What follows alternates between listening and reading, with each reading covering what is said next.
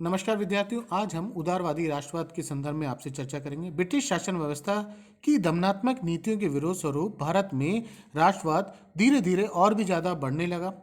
राष्ट्रवाद को उस समय और भी ज़्यादा मजबूती व गति प्रदान हुई जब 1885 में कांग्रेस की स्थापना हुई।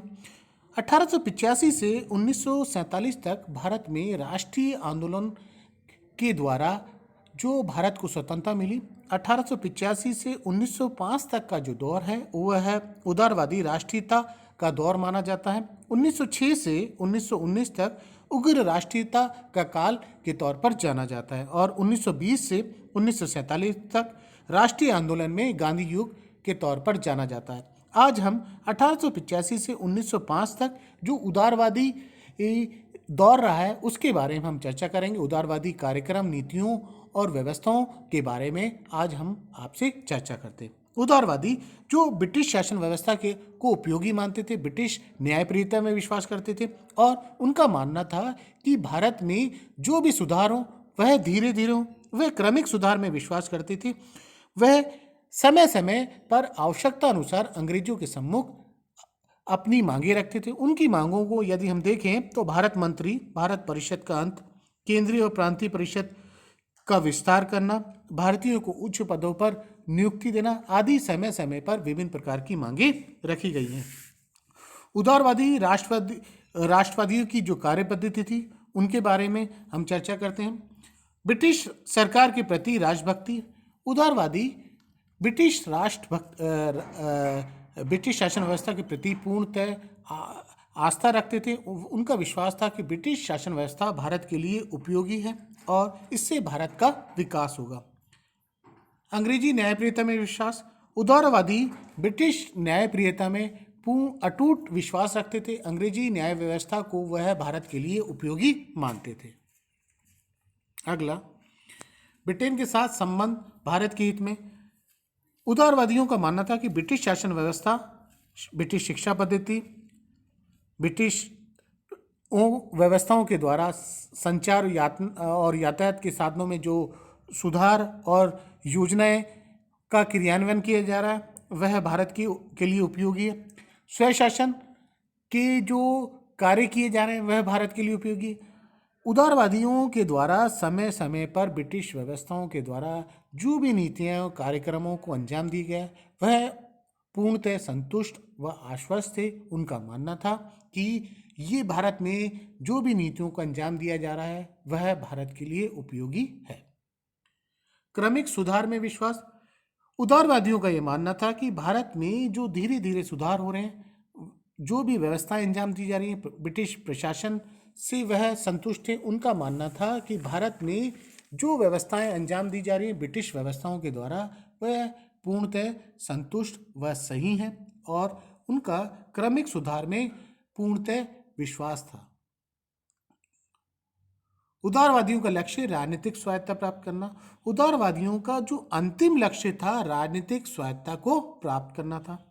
उदारवादियों की कार्य पद्धति और संवैधानिक साधनों में विश्वास। उदारवादी संघर्ष और हिंसा के विरोधी थे। उनका मानना था कि ब्रिटिश व्यवस्था में संवैधानिक साधनों के द्वारा व्यवस्थाओं में सुधार किया जा सकता है।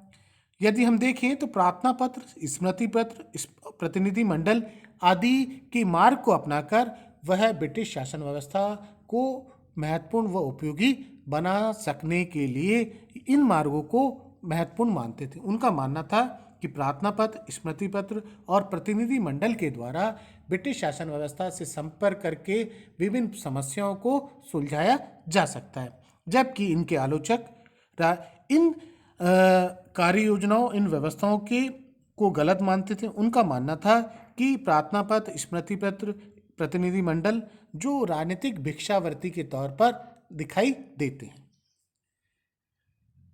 राष्ट्रीय उदारवादियों का यदि हम मूल्यांकन करें तो उदारवादी आंदोलन के द्वारा हमें दुर्बलताओं के साथ साथ इनकी सफलताएं भी दिखाई देगी। यदि दुर्बलताओं पर हम विचार करें तो ब्रिटिश शासन की जो राजनीतिक मनोवृत्ति थी वह सही नहीं थी।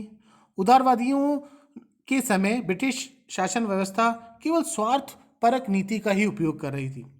उदारवादी जो ब्रिटिश शासन व्यवस्था, ब्रिटिश न्यायप्रियता में जो विश्वास करते थे वो बिल्कुल गलत था, क्योंकि अंग्रेजी शासन व्यवस्था केवल शक्ति व दबाव के अनुसार ही शासन कर रही थी और अपने स्वार्थ को सिद्ध करने के लिए उदारवादियों का सहारा ले रही थी। उदारवादी जो संवैधानिक साधनों में विश्वास करते थे, उनके द्वारा जो भी संवैधानिक साधनों का उपयोग किया गया, उनका प्रभाव उस समय अत्यधिक दिखाई नहीं दिया है। ये दुर्बलताएं उस समय उदारवादियों की व्यवस्थाओं के द्वारा, उदारवादी कार्य योजनाओं के द्वारा दिखाई दी है। यदि हम उदारवादियों का भारतीय राजनीतिक में स्थान देखें तो निश्चित तौर पर उदारवादियों का एक महत्वपूर्ण स्थान हमें दिखाई देगा।